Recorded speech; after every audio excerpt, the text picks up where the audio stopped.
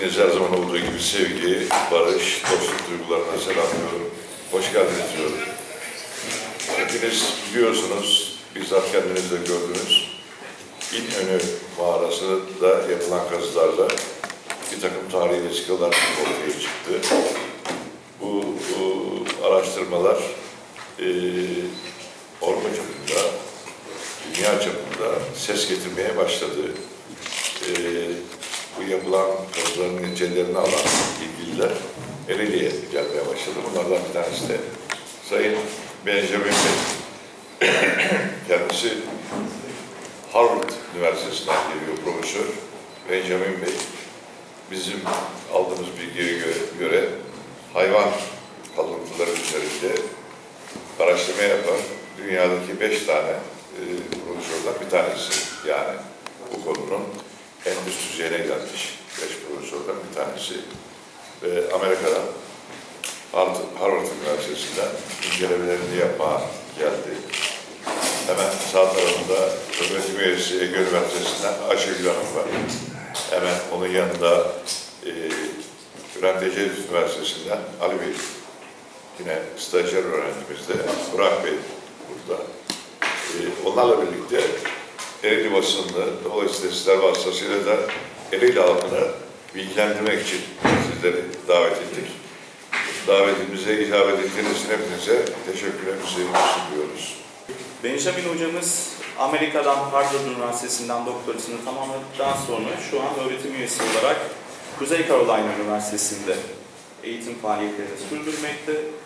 Başkan Bey'in de belirttiği gibi kazımızda ele geçen hayvan kemiklerinin bunların hangi hayvanlara ait oldukları ve bunun sonucunda mağarada ne tür bir ekonomik model, nasıl bir yaşam tarzı sürdürüldüğünü daha iyi anlayabilmemiz için bunun çalışmalarını yapmak üzere Amerika'dan aramıza katıldı.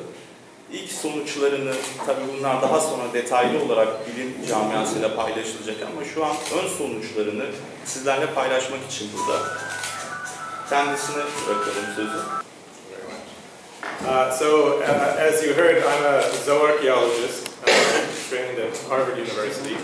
Now, zooarchaeology is the study of animal bones from archaeological sites, and it's an important part of modern archaeology in Turkey and in the rest of the world. Söylendiği gibi ben Harvard Üniversitesi'nde zooarkeolojist olarak yetiştim ve öğrenimimi gördüm.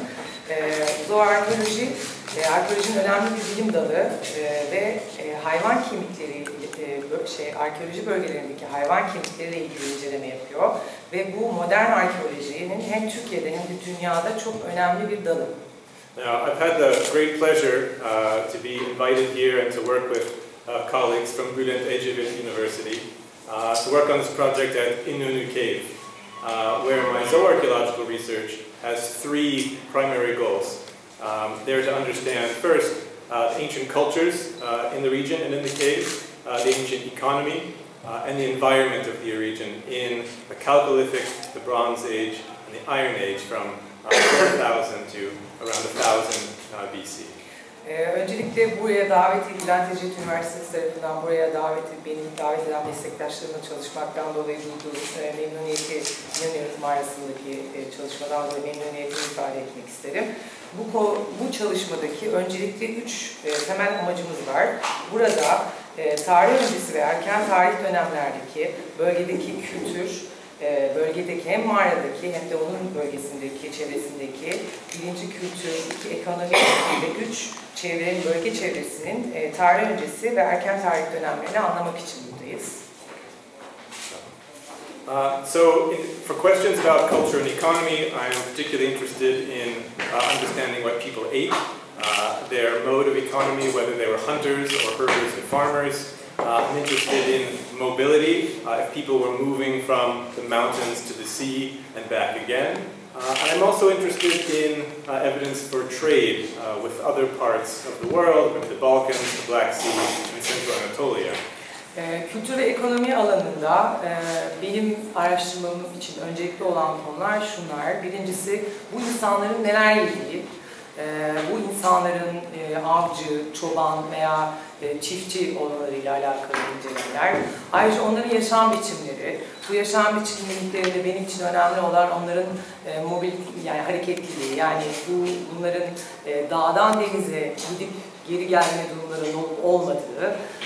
Üçüncü olarak da bu kanıtlar bizi dünyanın hani hangi bölgelerinde bir ilişki olduğu, Balkanlar, Karadeniz sahilleri veya Anadolu merkeziyle bir ilişkisi olup olmadığı konusunda aydınlatmak için kanıtlar aramaktayım.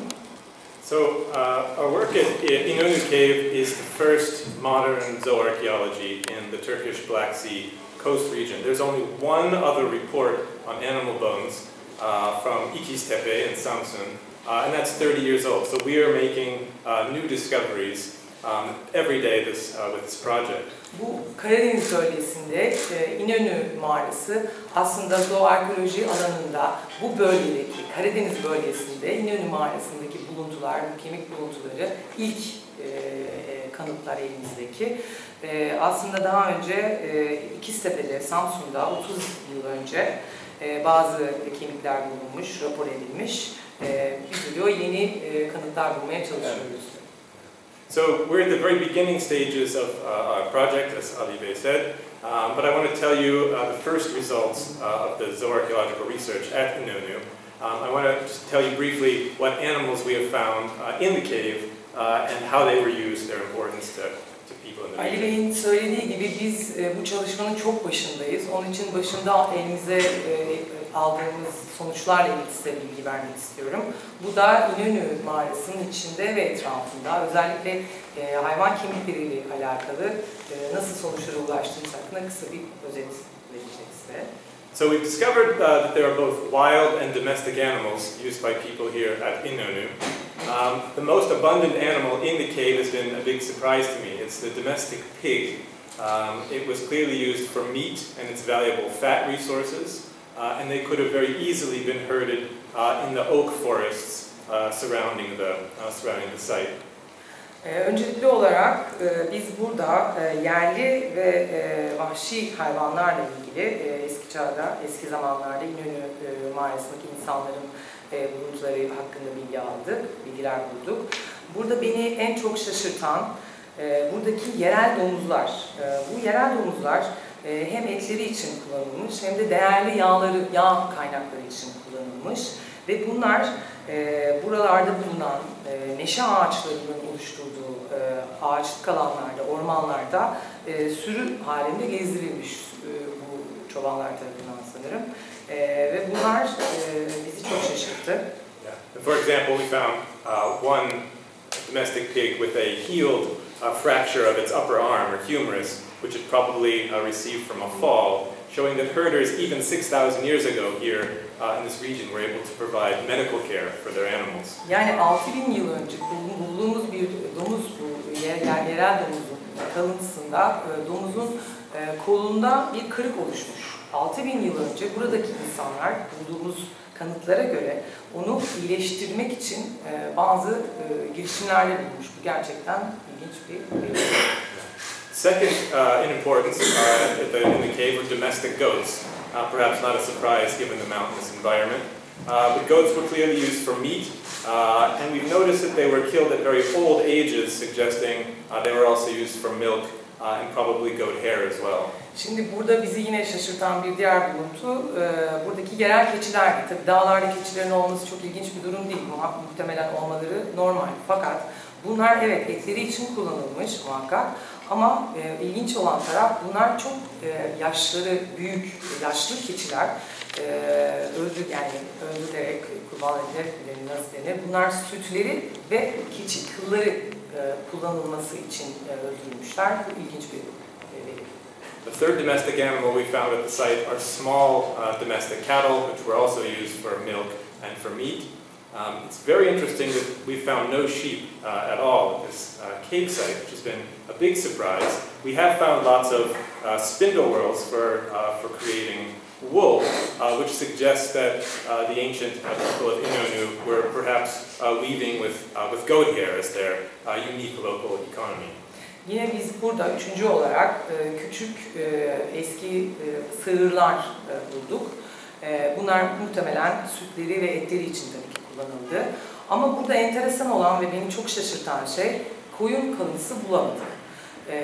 Bu da beni çok şaşırtıyor. Çünkü diyor, burada diyor ağırsaklarda, arşaklarda koyun yünü yerine keçi kıllarının kullanıldığını ve bunların ilk haline getirildiğini bize ispatlıyor. So finally, the real surprise from İnönü Cave has been the abundance of wild animals in the Chalcolithic, Bronze Age, and Iron Age levels. We found the remains of hundreds of roe deer, red deer, which were just as important as domestic animals in the ancient economy.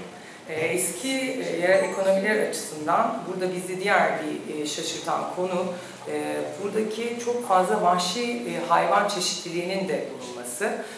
4000 milattan önce 4000 ile 1000 arasında Bakır Çağı, Bronz Çağı ve Demir Çağı dönemlerinde biz yüzlerce karaca, kızılgeyik kalıntıları bulduk.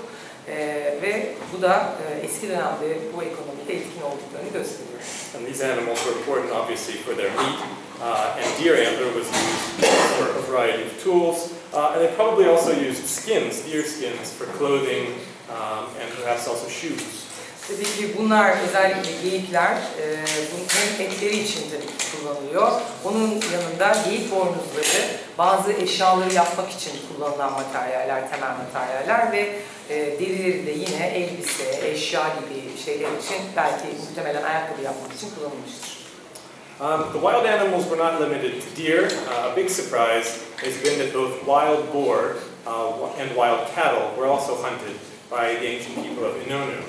These are the two of the largest and most dangerous wild animals in ancient Anatolia, and hunters were able to regularly kill 1,000 kilogram wild cattle and 300 kilogram wild boar.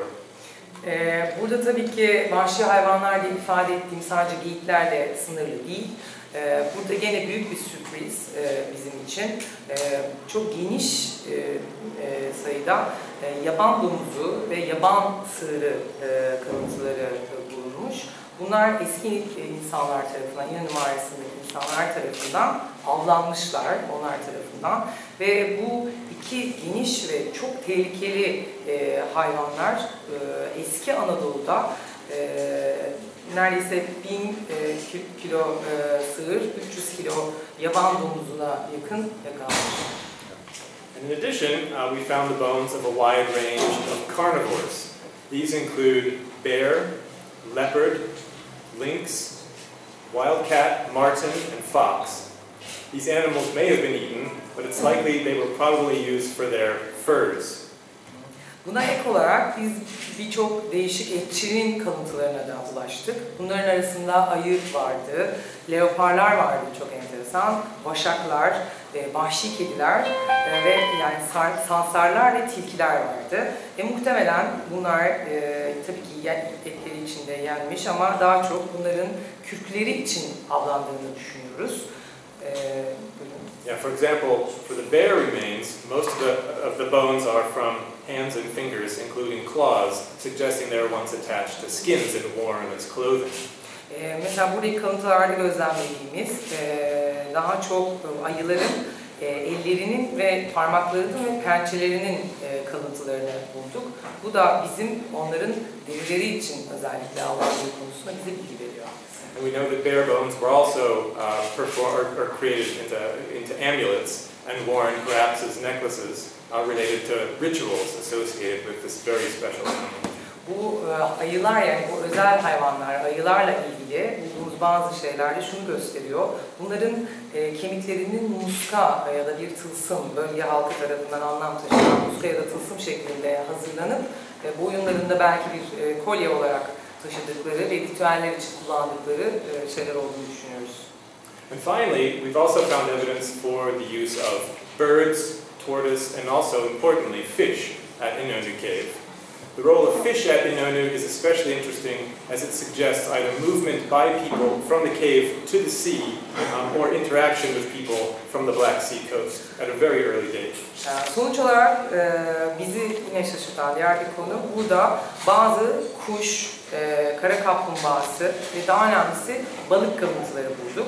Ve burada balığın önemi şu ki, balık bize şunu gösteriyor. Buradaki insanlar ya mağaradan denize giderek bu balıkları alıp buraya getirdiler ya da deniz kıyısında yaşayan eski insanlarla bir bağları vardı. Onlar mağaraya gelerek bu balıkları buraya getirdiler. So we're at the very beginning of our work at İnönü Cave. The next step is to continue analysis in our laboratories, including the extraction and analysis of ancient DNA from the bones to identify exactly, for example, what species of fish were brought to the site and how the livestock, the cattle, the goats, and the pigs are related to the modern livestock in Europe and the Middle East. Şimdi başta da söylediğim gibi bizler daha bu zooarkeolojik çalışmalarımızın İnönü Mağarası'ndaki çok başındayız. Şimdi sıradaki adım şu, biz şimdi burada bulduğumuz bulguları laboratuvarlarımızda araştırmaya başlayacağız. Ve bunların hangi tür ve onların DNA'ları, kemiklerinin DNA'larından tanımlamaya çalışacağız. Ve özellikle mesela balıklar, bu balıklar hangi tür balıklar olduğunu anlayacağız. Ve buraya nasıl getirildiklerini anlamaya veya geldiklerini anlamaya çalışacağız. Buradaki sığırların, keçilerin, domuzların acaba Avrupa ve Asya'daki çiftlik hayvanlarıyla bir DNA açısından bir bağ olup olmadığını ortaya çıkaracağız. And we plan to publish the first results of our research here at İnönü in scientific journals within the next year. Ve umuyoruz ki bizim planımız şu ki seneye kadar bu İnönü Mağarası'nda çalışmalarımızın sonuçlarını uluslararası bilimsel bir dergide sonuçlarını bir artikel olarak sunacağız. Finally, I think our new zooarchaeological research at İnönü Cave represents the very beginnings of a series of new and exciting discoveries as the prehistory of this important region begins to be explored in greater detail for all the world to see. Ben şöyle düşünüyorum, sonuç olarak şunu düşünüyorum ki burada yaptığımız yeni zooarkeolojik araştırmalar İnönü Mağarası'ndaki bize bu bölgedeki yeni çok heyecan verici keşiflerin başlangıcı olacak ve bu bölgedeki tarih öncesi dönemlerde nasıl bir detaylar olduğunu, nasıl bir sonuçlar olduğunu bütün dünya bizimle birlikte izleyecek. And finally, as a final statement, I would say personally, it's been an absolutely wonderful experience to come to Ereğli for the first time and see this beautiful city and the beautiful landscape along with the very important history. Son olarak ilk kez bu Ereğli'ye geldim, ilk kez bu bölgeye Ereğli'ye geldim şehrine. Bu yeri ve buradaki insanları çok sevdiğimi ve buradaki misafirperverliğe hayran olduğumu ve hepsine teşekkür ettiğimi ifade etmek istiyorum.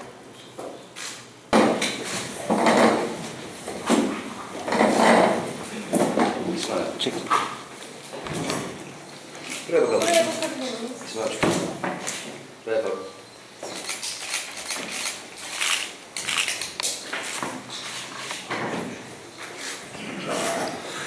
Well, it's a completely unknown region archaeologically. Burası tamamen arkeolojik olarak bilinmeyen bir bölge. So this is all completely new. There are no other sites Tamamen like this. yeni. Bu konu hakkında daha önce yapılmış bir çalışma olmadığı için burada bulduğumuz bütün verilerin hepsi yeni ve bu yüzden çok heyecan verici. He's asking that before we had a press conference in Inönü, you were there. So during that conference they talked that the history of Black Sea is written again with this cave. So he's asking that if it is true, and also he has a question about the wild animals like leopards. What will give a result to us about this region for this story? Okay. Well, I think it's important to see the natural environment of this region in the past and how it's changed into the modern world.